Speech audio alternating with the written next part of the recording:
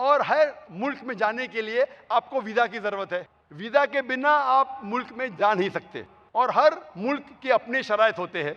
मिसाल के तौर पे मुझे पता है, जब मैं पहली बार गया था सिंगापुर में सन 1986 में, मैंने इमिग्रेशन फॉर्म पे देखा डेथ टू ड्रग ट्रैफिकर्स। अगर आपके पास ड्रग निकलता है, हासिल होता है, कत्ल। आप नहीं कह सकते सजा मौत, इतना बेरहम लॉ। आपको सिंगापुर जाने का लॉ में मानो, नहीं तो सिंगापुर में मत आओ। अमेरिका में जाने के लिए वीज़ा हासिल करना सबसे मुश्किल है। इतने सवालात की फहरिस्त है। अभी पूछते क्या आप टेररिस्ट है, आप कोई टेररिस्ट ऑर्गेनाइजेशन से जुड़े हैं?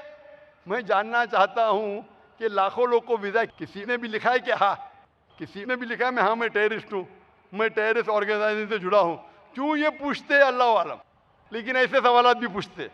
इसी तरीके से मक्का और मदीना जाने के लिए सबसे अहम रिक्वायरमेंट मक्का मदीना जाने के लिए है कि वो इंसान को अपने ज़बान से कहना चाहिए ला इलाहा इल्लल्लाह मोहम्मद रसूलुल्लाह।